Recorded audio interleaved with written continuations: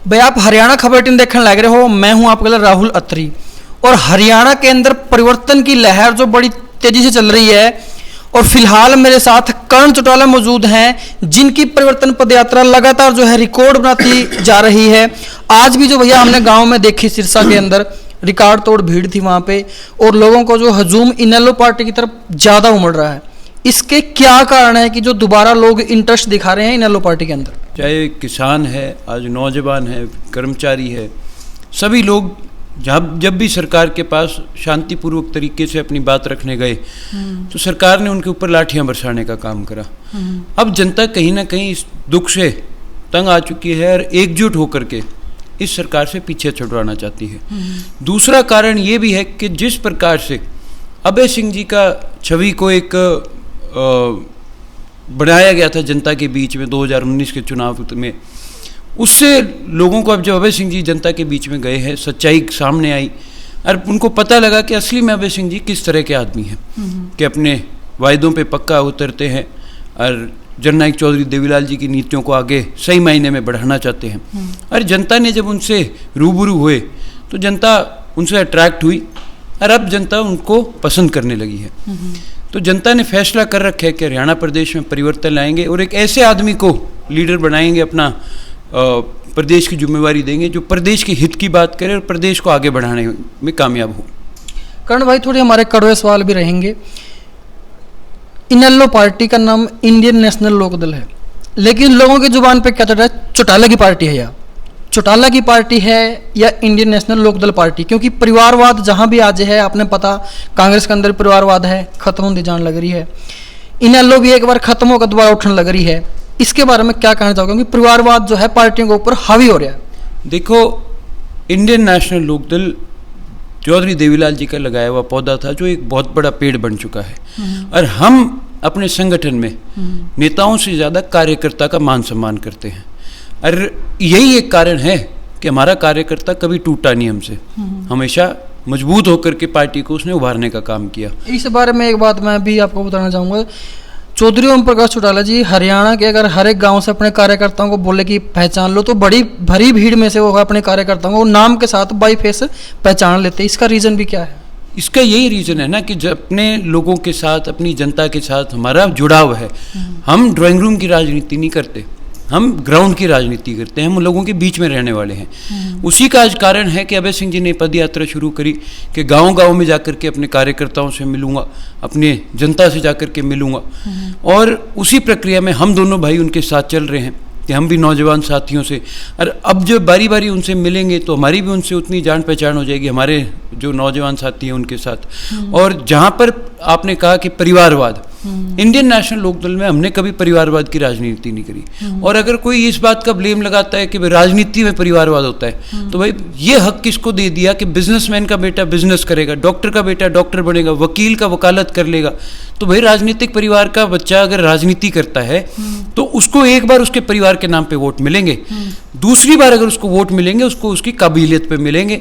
अगर आप काम नहीं करोगे तो जनता आपको दोबारा चुनेगी नहीं। फिर 2019 में जो दुष्यंत को वोट मिले थे, को वह परिवारवाद के नाम से मिले थे वोट? बिल्कुल, उसने जो वोट उस टाइम लिए थे, उसने अपने आप को ये दिखाया था कि मैं तो दूसरा देवीलाल हूँ। और वहीं वो आज जब जनता के बीच में जाता है तो सब ये बात कहते हैं कि नहीं कहते कि भाई ये तो जमा झूठी पार्टी के निकले। वो नाम इसीलिए पड़ा ना क्योंकि इन्होंने झूठ बोल करके वोट लिए थे।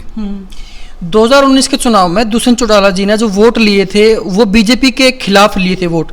भाई बीजेपी की जो नीतियां थी उनका विरोध करके लोगों से अपना वोट मांगा था, और चौधरी ताऊ देवीलाल जी के नाम पे वोट मांगे थे। लेकिन बाद में 10 सीट है, कह रहे हैं कि उनके लिए वो बीजेपी में शामिल हो गया, सरकार बना ली। लेकिन ईब जो लोग वोट देवेंगे जेजेपी को छोड़ के इनेलो की तरफ आ रहे हैं, तो उसका रहस्य क्या है कि जो आपके कार्यकर्ता आपके पास वापस आए हैं और जेजेपी को वो नकार रहे हैं? वही आपको कह रहे हैं ना, उस टाइम इन्होंने सहानुभूति ली थी कि भाई हमारे को घर से निकाल दिया, हमारे को कुछ नहीं दिया, हमारे पास आज कुछ नहीं है, पिताजी जेल में हैं, जा कर के लोगों के बीच में रोए भी थे। और जब चुनाव हो गया और जैसे बीजेपी की गोद में जाके बैठे, उन लोगों को इनकी असलियत पता लग गई। और फिर जब ये काले कानून बने, अगर और कोई होता जो सही मायने में जननायक चौधरी देवीलाल जी की नीतियों में विश्वास रखता, पहली बात तो वो इनके साथ जाते ही नहीं बीजेपी वालों के साथ, अगर हम इनकी जगह होते। दूसरी बात, अगर ऐसी कोई सिचुएशन आती हुई तो अगर ऐसे काले कानून बनते और हम इस पोजीशन में होते तो फिर हम उसी दिन सरकार से पीछे हट जाते। इन्होंने तो सिर्फ अपने स्वार्थ के लिए इस राज्य में हिस्सेदारी ले रखी है, और ये बात मैं नहीं कह रहा, ये बात तो इनके खुद के विधायक कहते हैं, राज्य में बैठे हुए लोग इनके और सरकार में बैठे हुए लोग कह रहे हैं। बिल्कुल बिल्कुल। तो क्या जो चुनाव 2024 के अंदर जो विधानसभा होंगे, कर्ण और अर्जुन की जो जोड़ी है कमाल करेगी? बिल्कुल मेहनत कर रहे हैं और जनता का प्यार मिल रहा है, बुजुर्गों का आशीर्वाद, नौजवान भाइयों का बहुत साथ मिल रहा है, विश्वास दिखा रहे हैं कि हाँ भाई हम आपके साथ जुड़ करके चलेंगे। और जहाँ तक काम करने की बात है, जो भी पार्टी का आदेश होगा वो जिम्मेवारी निभाएंगे। देखो कहीं ना कहीं जब भी हम सर्वे करने जाते हैं, जो इनेलो पार्टी के बारे में बातें होती हैं, तो एक कंडेला कांड की बहुत ज़्यादा लोग चर्चा करते हैं और कहीं ना कहीं पार्टी थोड़ा थोड़ा कटते भी हैं।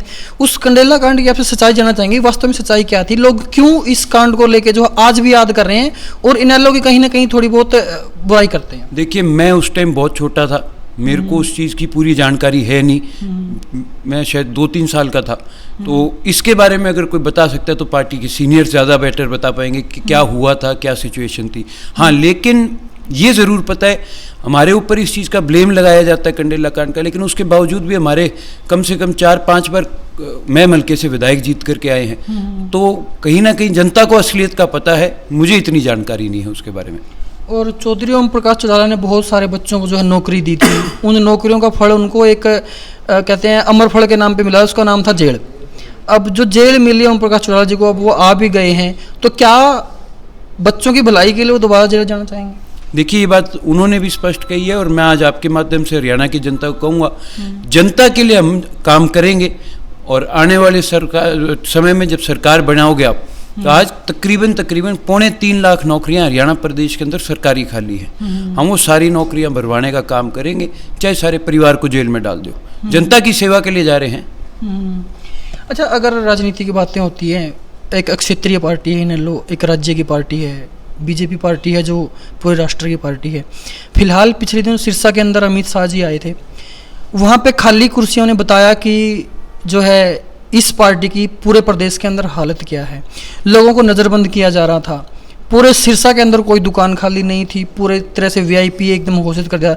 जनता का आदमी जनता के बीच जा रहा है, लेकिन जनता को जो है नज़रबंद किया जा रहा है, क्या कहोगे? देखिए, ये कहीं ना कहीं आज सिर्फ अमित शाह जी आए जब नहीं हुआ, उससे पहले मुख्यमंत्री जब सिरसा में आए तब भी यही किया था, पब्लिक के बीच में पुलिस वालों को बिठाया गया, बाकायदा सिविल ड्रेस में बिठाया गया, जो कोई बोल रहा था तो कैसे उनको कैमरा के आगे ही आप लोगों ने मीडिया के थ्रू देखा भी कि उनको उठा करके लेकर गए, और मुख्यमंत्री ने तो भरे स्टेज पे कहे कि तो आम आदमी पार्टी से इसको बाहर ले जाके पीटो। किस प्रकार से हमारी वो एक सरपंच है बनी गांव से, उनके साथ जो व्यवहार किया गया, तो ये कहीं ना कहीं धक्काशाही है।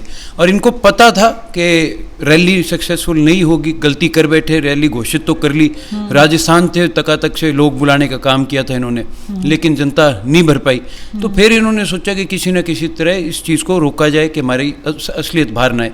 लेकिन ये भूल गए आजकल सोशल मीडिया का ज़माना है, ये चीज़ें छुप नहीं सकती। अच्छा, एक बात और पूछना चाहेंगे, जनता का जो प्रतिनिधि होता है वो जनता से डरता है या जनता उससे डरती है? ना तो उसको जनता से डरना चाहिए, ना जनता को उससे डरना चाहिए।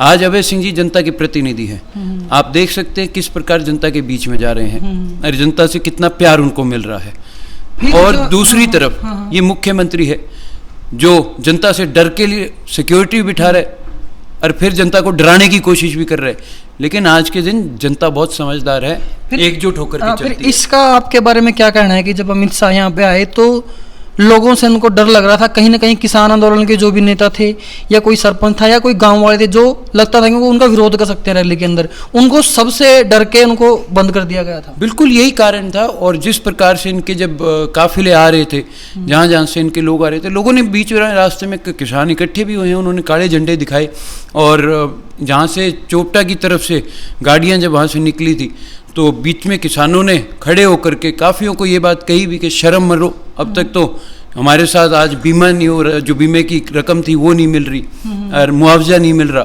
कई लोग थे जिनको इस बात का एहसास हुआ और उन्होंने गाड़ियाँ मोड़ी भी वापस। एक चीज़ और है, किसान आंदोलन के दौरान जो भी हुआ था सारी पूरी जनता को पता है। वहाँ पे जो एक आईटी सेल होता है, आईटी सेल को जो पूरा दबाने की कोशिश करी गई, ये भी ब्लेम लगाया है ट्विटर के जो पुराने सीईओ थे उन्होंने कि किसान आंदोलन के द्वारा हमारे ऊपर दबाव था कि आप कुछ किसान नेताओं का जो है ट्विटर बंद करो, और उनको धमकियां दी गई थी कि भाई हम आपके आदमियों को ये कर देंगे वो कर देंगे, उनके घर पे रेड मार देंगे। तो क्या इतनी बड़ी पार्टी का लोकतंत्र के देश में एक सोशल मीडिया साइट के जो संस्थापक को डराना एक जायज़ बात है कि नाजायज़ बात है? क्या लगता है आपको? बिल्कुल नाजायज़ बात है, और सिर्फ या उस टाइम इस ट्विटर के ऊपर नहीं, और भी दूसरे प्लेटफॉर्म्स थे वहाँ पे ये चीज़ करी गई थी।